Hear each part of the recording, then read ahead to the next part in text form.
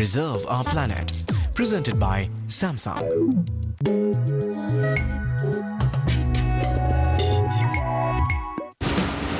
This week, our planet mechanics are trying to save one of the world's most beautiful cities, Venice. A city without roads, Venice is completely reliant on boats. But the toxic fumes they spew are destroying its historic buildings. Dick and Jem will have to think out of the box. But can the two landlubbers clean up Venice's act? That's been running, what, 5 minutes? No wonder they've got problems. Or will they be up the canal without a paddle? Something's not right. That's not, is it?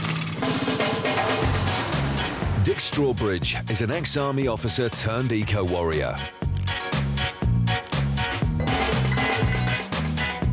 Jem Stansfield is an inventor with a wild green streak. Whoa! Two men on a mission to fix the world. Whoa! One mechanical solution at a time. Oh. Together, they are the Planet Mechanics.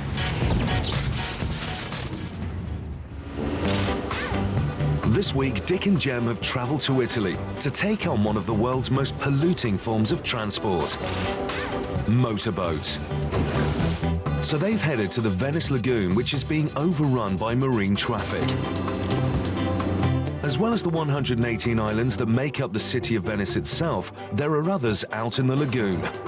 And the Planet Mechanics will be based on one of them, La Certosa, next to the historic city. The Planet Mechanics have been invited over by former Olympic sailor Alberto Sannino.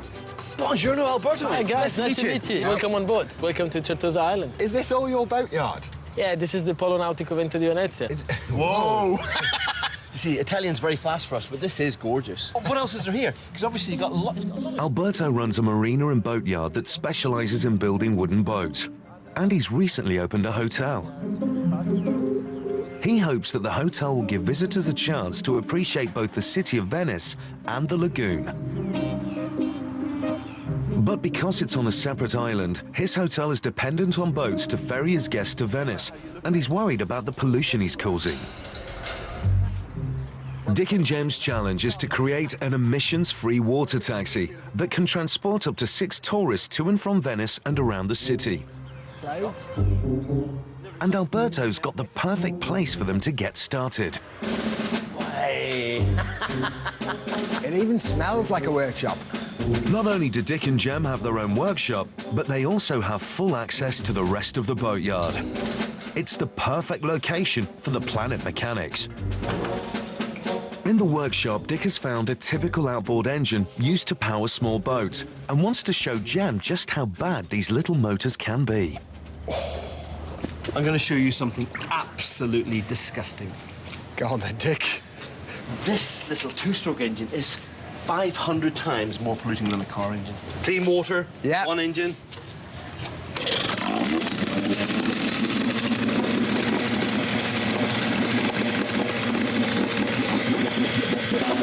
That's amazing.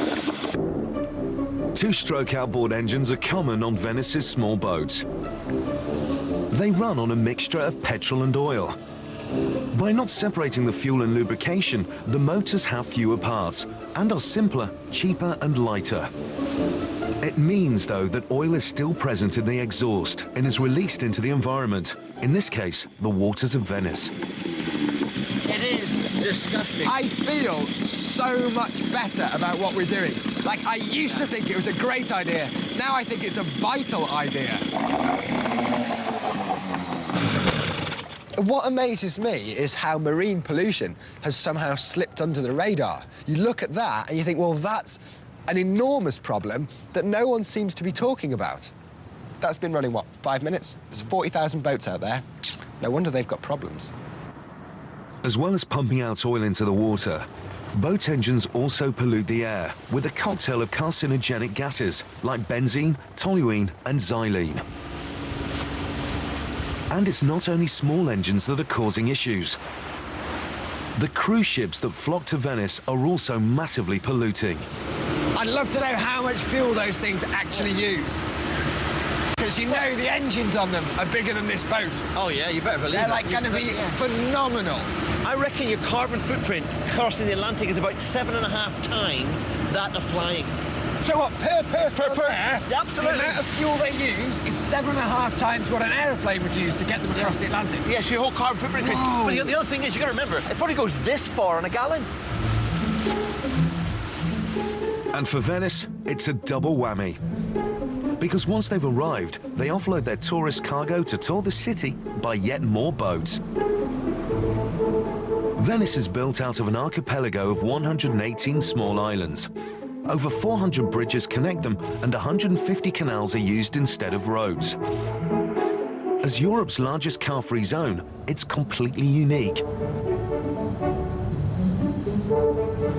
There are only two ways to get around: by foot or by boat. So Alberto has taken Dick for a tour in his traditional Venetian water taxi. In the 13th century, Venice was one of Europe's most prosperous cities.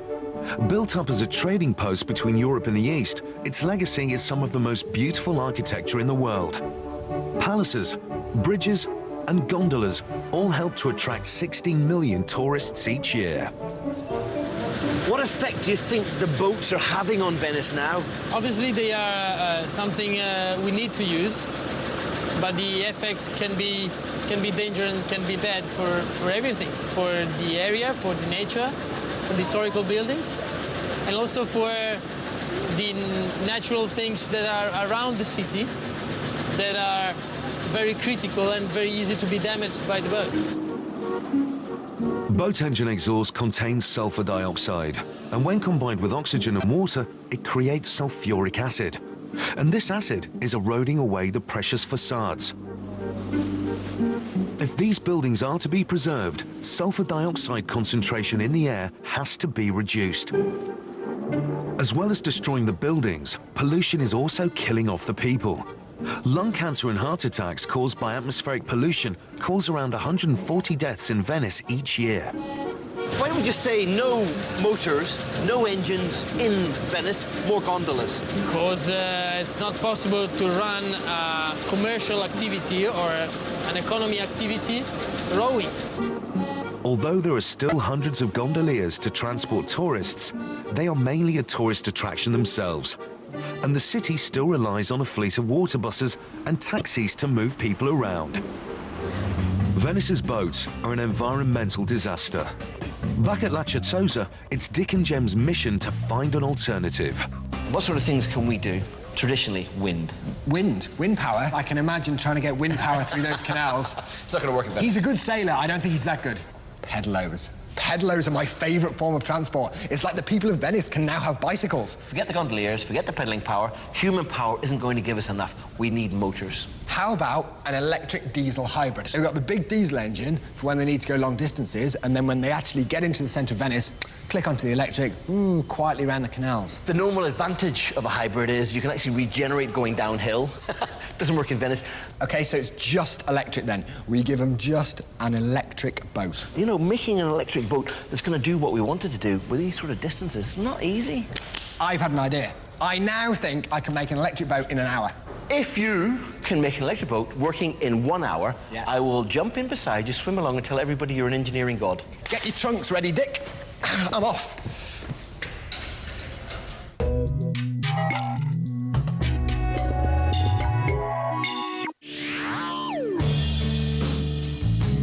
It's not hard to be in a man's world.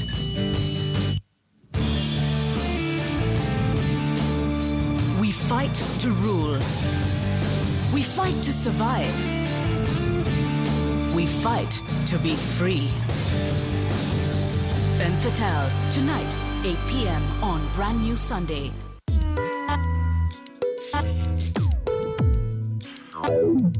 Brought to you by simplymurray.com and Always with the News.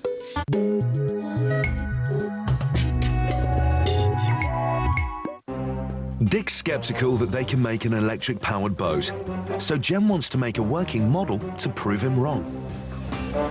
He plans to power it with a radio-controlled aeroplane propeller. Using a length of steel, he's creating a prop shaft and is fixing the propeller to the end of it. A swivel bearing on the back of the board will locate the prop shaft and enable Jem to steer. For extra stability, he's using 2 bits of plywood fixed on the bottom of the board.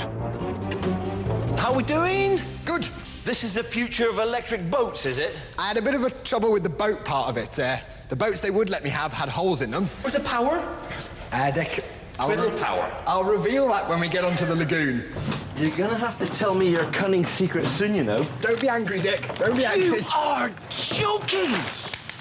Some of the best battery technology you can literally lay your hands on. Look at this for an action mode. One of the two of us are gonna get wet. I have a funny feeling it's gonna be you and the drill. Just in case it does get wet, just for us, so we can continue the job, I'll stick it in a bag. It's not got much buoyancy or stability. Okay. Right, okay. I'll just go for it. Okay. Oh, he moved! Jam! You got reverse. I'm struggling with the steering a little bit.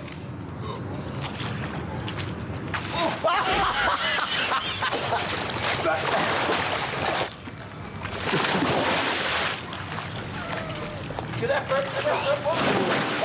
The electric drill should provide good propulsion, but Jem's balance is letting down the design. And every time he falls in the water, the drill is increasingly at risk of being damaged.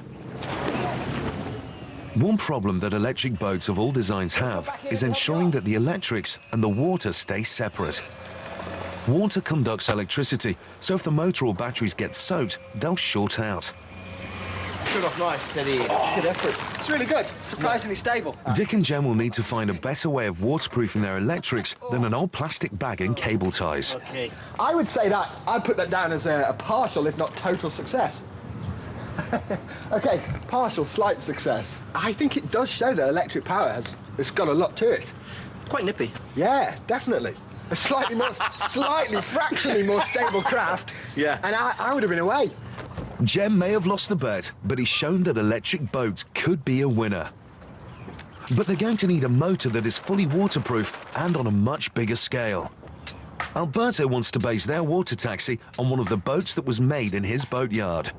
He's lending them a traditional San Pierotta. At over 7 meters long, it will easily carry 6 passengers, but it's going to need a much bigger engine than an electric drill.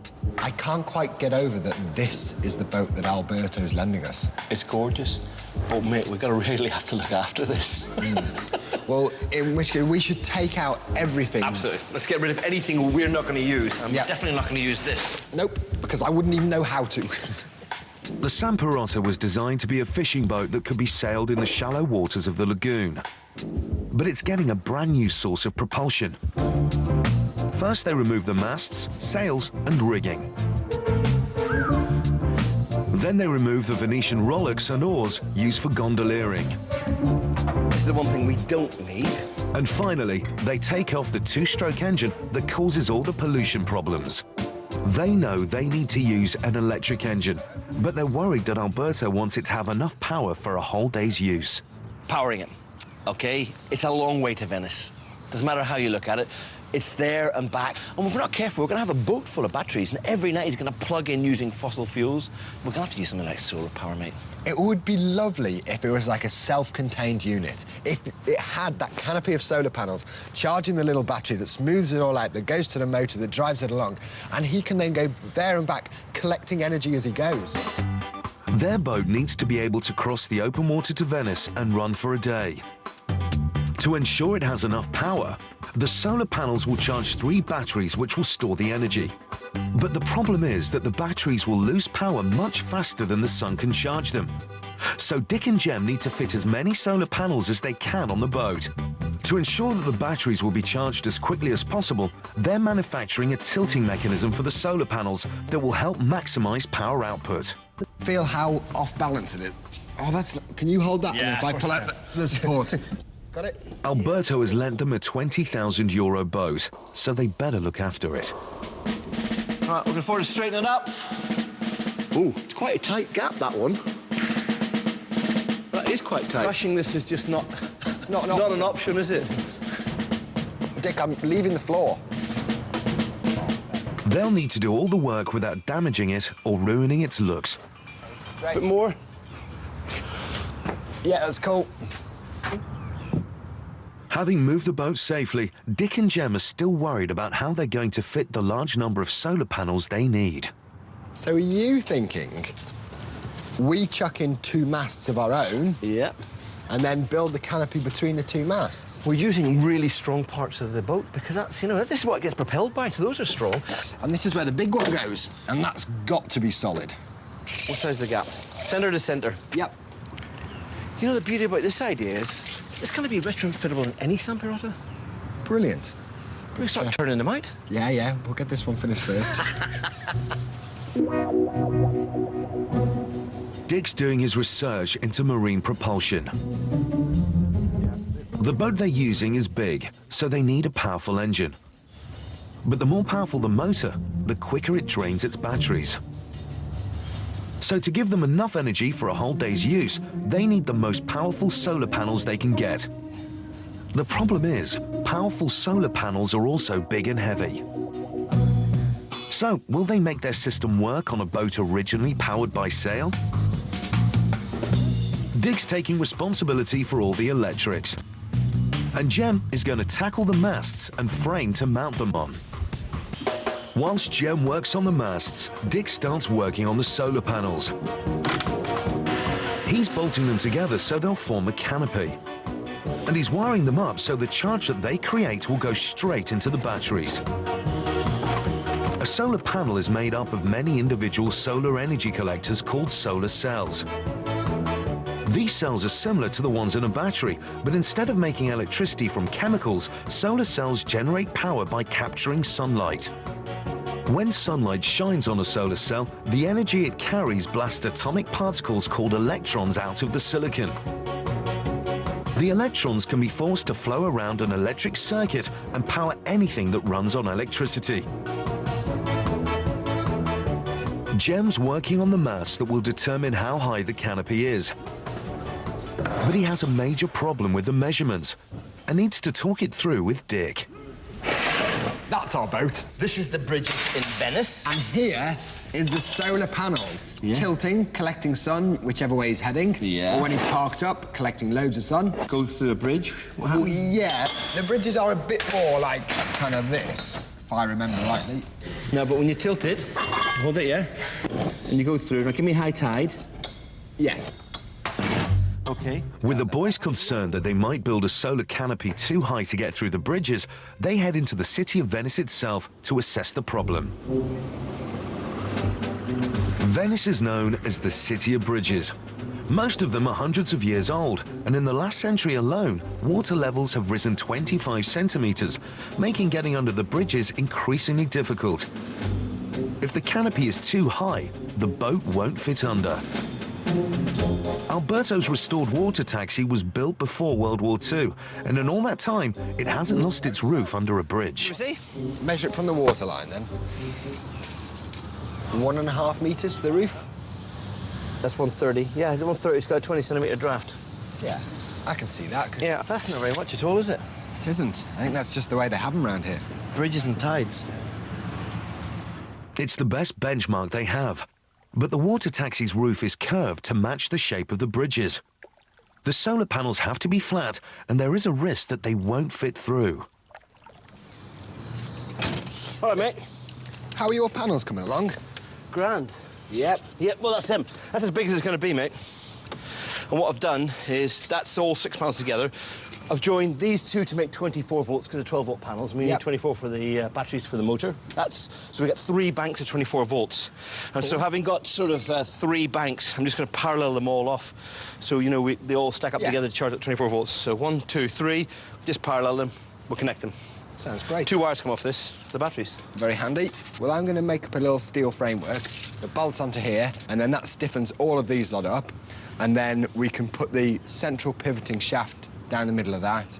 That can go onto bearings on the mast, and then that's kind of ready to go. Good stuff. Yep, won't be long. Jem set to work building the massive frame that will carry all the solar panels and make them tilt. Meanwhile, Dick is arranging 3 waterproof batteries in the back for the motor. The motor is designed to be incredibly efficient. Although its power output is only 2 horsepower, it generates the same forward force as a 6 horsepower 2-stroke engine.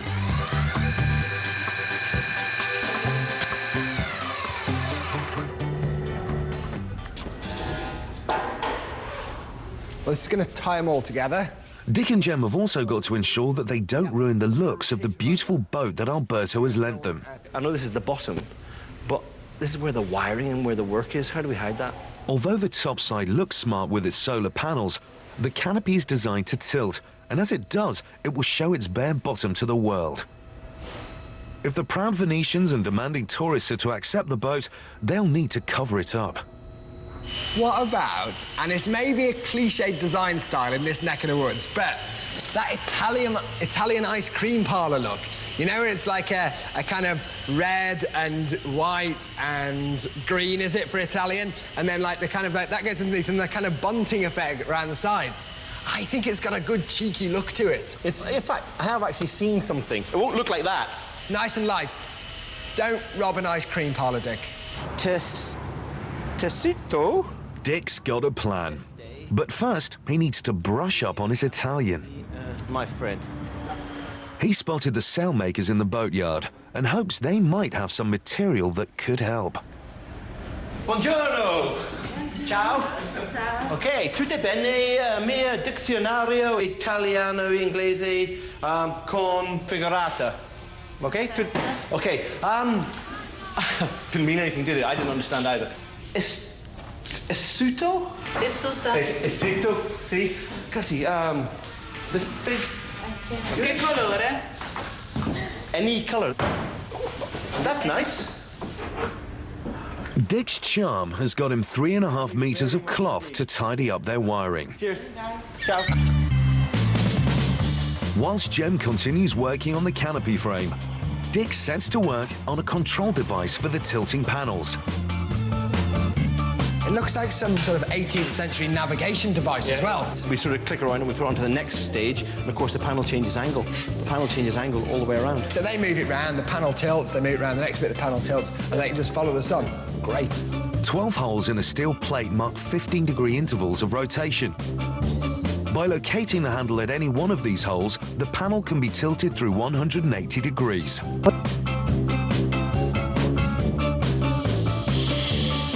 It's time to bolt the frame to the solar panels. Each panel weighs 7 kilograms. So the total weight of the canopy is over 60 kilograms, and they're mounting it on a flat-bottom boat. With all that weight above the water, stability could be a massive problem. Spin it round? Go for it. Hey, sunshine, we'll make electricity now. That's cool. Neither Dick nor Jem are experienced sailors, and they don't know if the heavy canopy will cause the boat to capsize. What work? Tomorrow will be its maiden voyage, and they hope the solar panels won't sink their dream. It's the day of the big test. But first they have to assemble the solar panels. Because of the weight of the canopy, they've asked boat builder Mateus to give them a hand. It's not so bad. Absolutely. It's a pleasure. Oh. First, the front mast goes in. Right, OK, got it. You're in? Yep. Right, do you want to come in, Mateus? You have to bear with me. Push. Oh, there. Oh, yes. Oh, I'll give you a hand. Sorry, Dick. As they fix the second mast, they find a problem. The heavy solar panels are making the catch of the tilt mechanism too stiff to move. I just need to put a bigger handle on it. Yeah. Excellent. Okay. Also, if it had a bigger handle, you could put like a bending moment on it. Jem's run off to the workshop. With a steel rod, he's constructing a longer handle to put more leverage on the catch and counteract the weight of the canopy. Right, that's done. But with the weight of the solar panels already problematic, they can only hope that the canopy isn't going to be an issue on the water. There's just time to wire the solar panels up to the batteries and make sure the masts are wedged in place. Time for a final test. One small mistake with the wiring and the whole system will have to be rebuilt. Engaged.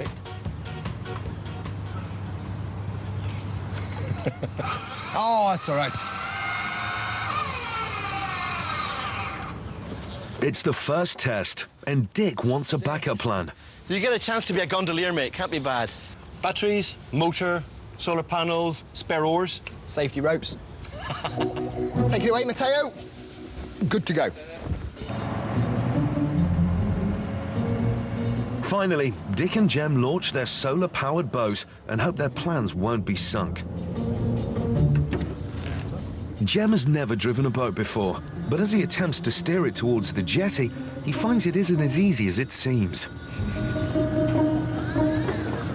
When Alberto arrives, Jem's having serious problems.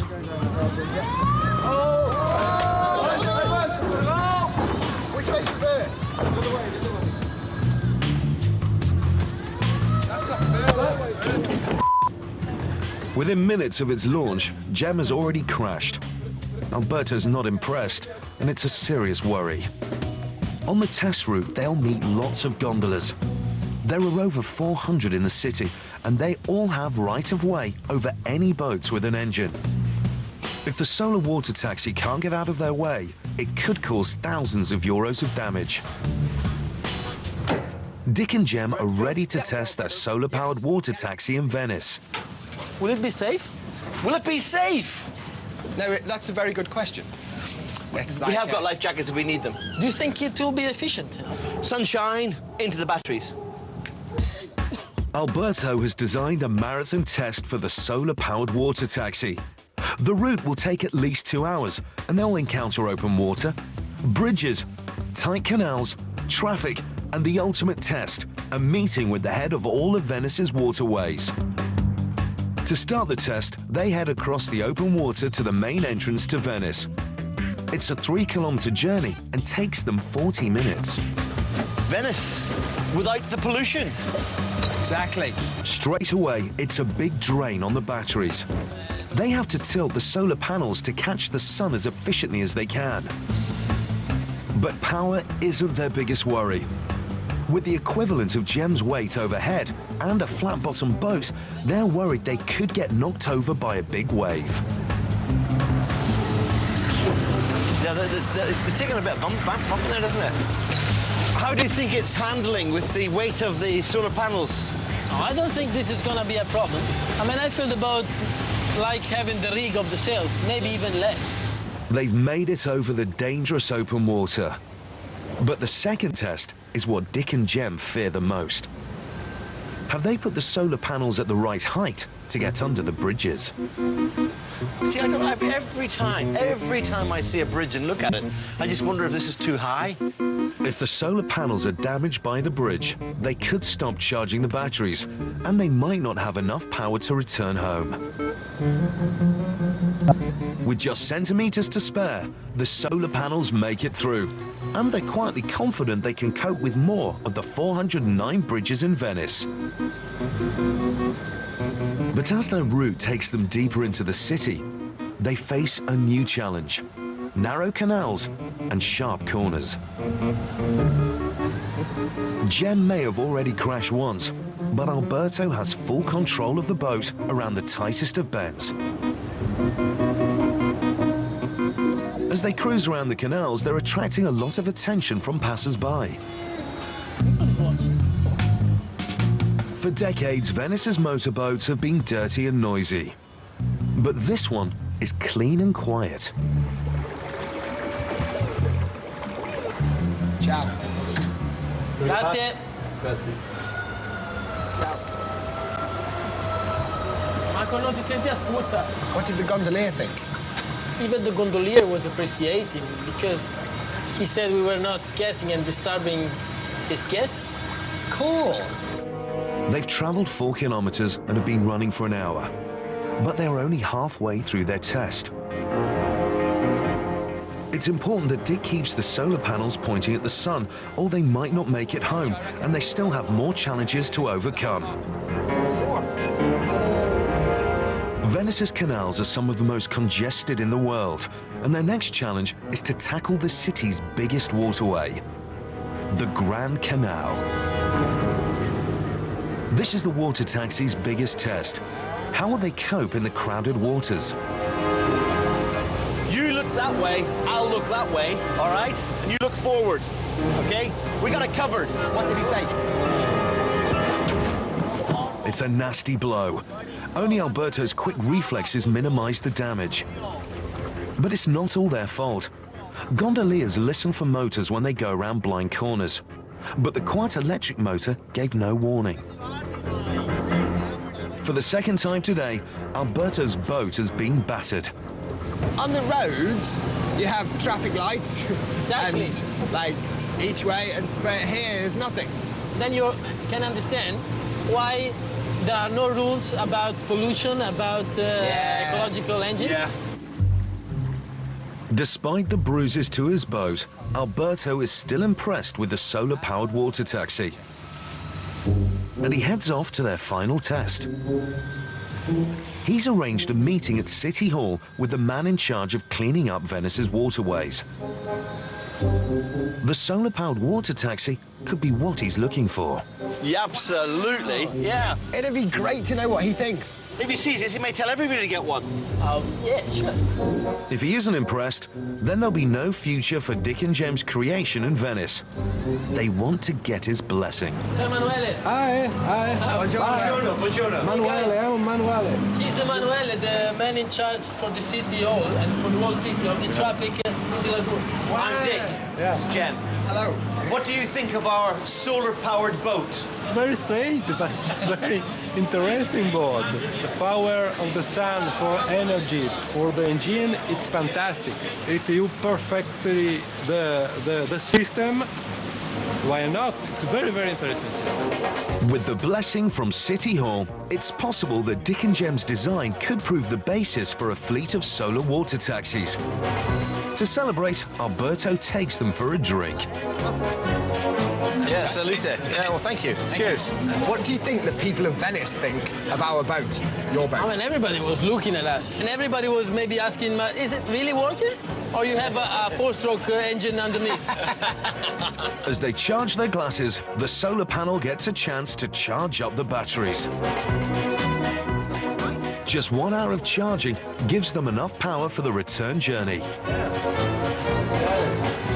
They've proved that their solar-powered water taxi could easily take on the task of transporting tourists around Venice.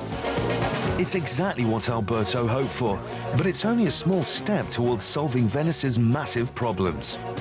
The boat speed is good. It's similar than the other boats. Yeah. We're not breaking speed limits. And of course, if we head out where everybody starts going faster, we haven't got that speed. Dick is worried about its speed. The solar-powered taxi takes 40 minutes to travel from Certosa to the heart of Venice. Taking its time is fine for tourists, but the locals have a need for speed. And Dick wants to be fast and green. An electric speedboat. Yeah, let's think about that. How many electric speedboats have you ever seen? I've never seen one. I'd love to give it a go. But, like, once boats go quick, there's lots of power. We can do that. Quite honestly, I'll stay in Venice for a couple of days and have a go. That's exactly what I was thinking. If it's an excuse to stay here for a few more days, I'm up for it, Dick. Yeah. Let's make an electric speedboat. Alberto, do you want an electric speedboat? I need it. So the boys have committed themselves to a second boat. Thanks to you guys. Yeah. Great driving. One down, one to go. Keen to see what they've taken on, they watch the traffic out on the open lagoon. There's a huge difference, isn't there? Because see the big load carriers, they're just ploughing their way through, they're displacing the water, displacement going through. And the speedboats, they're up, and it's just literally the tail end, they're planing. That's what we're going to have to achieve. Traditional boats push the water in front of them out of the way, creating a bow wave. But the best way to go fast in a boat is to get it to travel not through the water, but on top of it. This is called planing. By using its motor to push the boat up against its bow wave, a planing boat can then climb over the top of it and skim the water beneath, reducing drag. It can now travel much faster and more efficiently. It just means we're going to have to get A, a very light boat, and B, a phenomenally powerful electric motor. They need a motor at least twice as powerful as the one they use for the water taxi. To get that amount of power, they're going to have to build one from scratch. The first thing they need is a powerful but light electric motor, and Jem's looking for something in the boatyard. But there's nothing that will do the job. Jem's had a brainwave. he's got an idea where he might find the perfect engine. But it's on the mainland. I think our quest for lightweight electric drives may just have stopped. You know, there seem to be a lot of performance in those, but are they serious? They're very serious. Well, he's particularly serious. He's former electric kart world champion. The other guy is the guy that actually builds these things. They've put in the investment and research that gets us to the position where I think we need to be.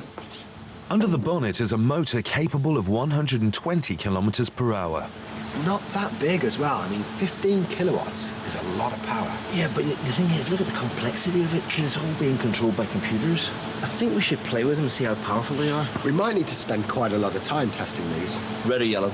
Red. The best way to demonstrate the power of the engines is to drive them. The boys are only allowed to drive the slower cars, but even those have a maximum speed of 90 kilometers per hour. But is it enough to convince Dick that these are the kind of motors that they need?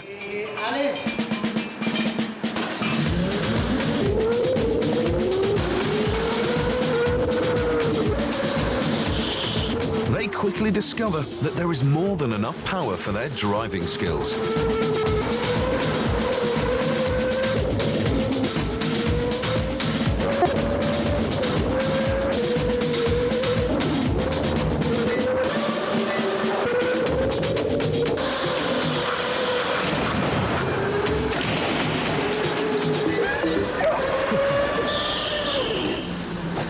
Dick Strawbridge.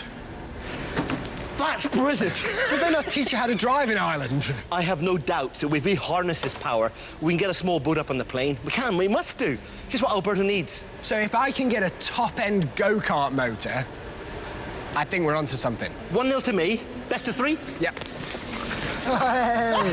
Catch you later, Dick. Dick and Jem have built a functioning solar-powered water taxi. But now they want to prove that electric boats can also be fast enough to get about quickly. So they're attempting to build Venice's first electric planing speedboat. Dick has been out and got the lightest weight planing hull he can find. It may be limited for space, but it's the perfect size for a nippy electric city boat.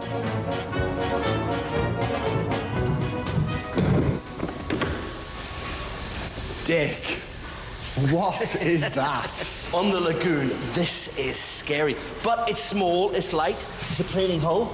That thing's ridiculous. If we replace that disgusting two-stroke outboard with a nice electric engine, it'll be completely silent, tiny. It'll be like the ultimate stealth craft. Their plan is to convert the old two-stroke engine to electric power. By removing the polluting two-stroke engine, they're left with the original drive shaft and propeller. Then they'll attach a clean electric motor, connect it to some batteries, and they'll have an emissions-free plug-in-and-go speedboat. But they need to be careful how they attach the new motor to the old outboard. Okay. If we've got some good steel on here that's bolted to the frame of that, and then we can then weld from there onto steel plate fitted to the motor, and that's got to be good. I think if we went for a purely rigid coupling, there's too much of a chance of it wanting to break itself. So if we buy in a kind of semi-flexible coupling that can just take up any slight deviations. The alignment of old and new is a problem. The engine and propeller need to be joined by a single shaft. But it will only be strong enough if it's perfectly straight. Even just a fractional error could cause a massive failure. They need a system that will attach the two existing shafts, but will also allow them some movement. A flexible donut-shaped coupling is the solution. All the power should be transferred from the motor, but any dangerous misalignment will be absorbed by the coupling. Dick's using the batteries from the solar-powered water taxi. Each one weighs 18 kilograms, and their position is critical. Because of the space available, Dick has to put one battery in the front of the boat and two at the rear.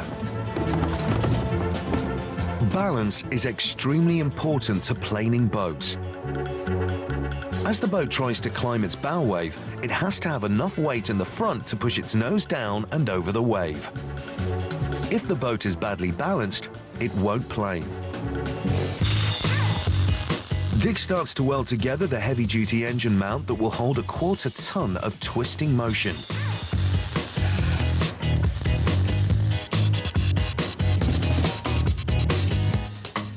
They've attached the flexible coupling with its rubber donut to the electric motor. So, mate, that seems to be us. It looks so much better than a petrol engine. If you look at that heat there, With 1 billion components and that, so simple. it's gone forward gear, so with a bit of luck, the propeller should go around. Ready? Here we go. Whoa. It's rock solid, it works. I reckon we wire it up, get it on the boat. Good call. Right, just nice. So it's just a case of connecting it to the batteries and trying to keep the water out. And Jam has made a final piece of waterproofing to finish it off. That's like a display case. That looks absolutely gorgeous. Now they've got to wait till morning to test it. It's the next day, and time to see if the Planet mechanics have solved Venice's polluting need for speed. They've built an electric speedboat. But for it to work, their engine has to deliver a huge burst of power to push it up and on top of the water. If they can't make it plane, then they've failed. Personally, it's a prototype. A life jacket may be a good idea, because we don't know what's going to happen. Do we need a crash helmet? No. If you look here...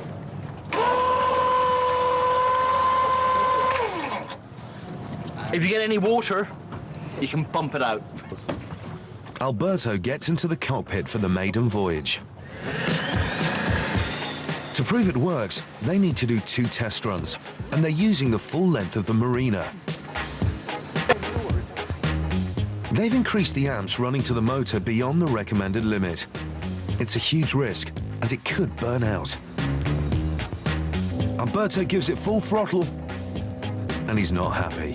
You can see he's trying to adjust the weight. He's trying to get the weight further forward.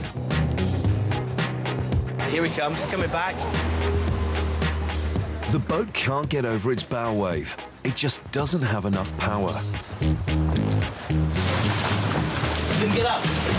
Half an horsepower more. Something's not right. No, it's not, is it? The dream of an electric speedboat could be over. The question is, has a mechanical failure meant it's underpowered, or has the engine burnt out trying to do the impossible? The Planet mechanics have built an electric speedboat, but it's failed its first test. So it's back to the workshop to see what's wrong. They're worried that the electric engine has broken under the strain of trying to plane. Electric boats should be near silent. There's something wrong with the coupling, and power is being lost. Do you think this is doing us any good? I used to. I don't anymore. Because obviously it was there to make sure that if we didn't get it exactly lined up, it would take out all the problems, but it seems to be causing more. It's putting more wobble into it than it should be taken out. I think now we should ditch it, and instead of relying on the flexibility to give us some leeway, we should give ourselves no leeway, line it up exactly perfectly, and have a solid connection between the motor and the drive shaft of the propeller. So nothing flexible at all in the coupling? No, just a perfect alignment. If we don't get it exactly right, something will go badly wrong. The powerful electric motor will subject the drive shaft to the equivalent of 1/4 ton of torque. With that amount of twisting motion, they have to make sure that the shafts are perfectly aligned. Any vibrations could rip apart their DIY outboard. It's a lot smoother. If something's to happen, it's going to have to be fairly catastrophic. I I think it'll be good. Yeah. Let's see what Alberto makes of this. Alberto, how are we doing? Hey, guys. Yeah. Thank you for coming back. I think it's fixed. It's as strong as we're going to make it, yeah? And if anybody's going to get up on the plane, it's going to be you. We're ready for it. You're responsible for proving that high-speed electric boats are okay. It's going to work. You have to think of yourself as a bloke who's going to prove all this for us now. Okay, here we go. Let's put it straight in.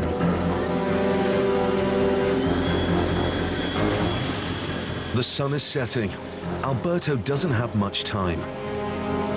They're worried that the engine might not be strong enough. But to get the boat onto the plane, Alberto will need to give it all the power it has. When he hits full power, the engine will produce 1/4 ton of force, easily powerful enough to tear the prop shaft apart. He might only have one chance, so despite the dangers, Alberto tries to get his weight as far forward as possible. His weight on the nose will help push the boat over the bow wave. It's gone very quiet. But it's all or nothing. Here, come on. Will the engine have enough power to push the boat on the plane, or will it rip itself apart trying?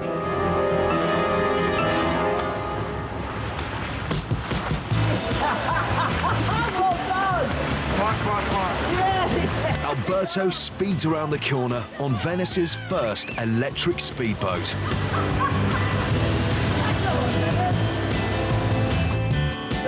That's looking like it. On the second run, it has power to spare. Hey!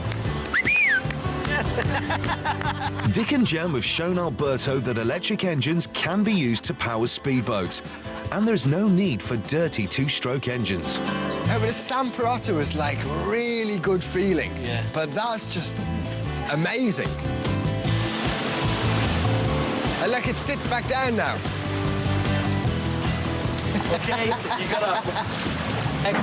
You've been home. You haven't got any brakes. Did you think we were going to do it? Yes, absolutely, we did it. You did. You did it. Yeah. No, I mean, you did a great job. Boat is working. I'm almost dry. Yeah, thank you very much. That's brilliant. Cheers. Thank you. Let's go for a beer. It's calling our tune. Dick and Jen came to Venice and were shocked by the filth caused by boat engines. So by using an historic boat and 21st century technology, they created a solar-powered water taxi. And by building Venice's first electric speedboat, they've proved that without sacrificing speed, Venetians could kick the habit of combustion engines. Not bad for a couple of landlubbers. All aboard, Jem. Right, let's go then. Next stop, Blighty. Next stop, who knows where? Just think of the difference if everybody had one of these. I only need to think of that bucket full of oil after we stuck the two-stroke in there. Bring on the next challenge. Arrivederci.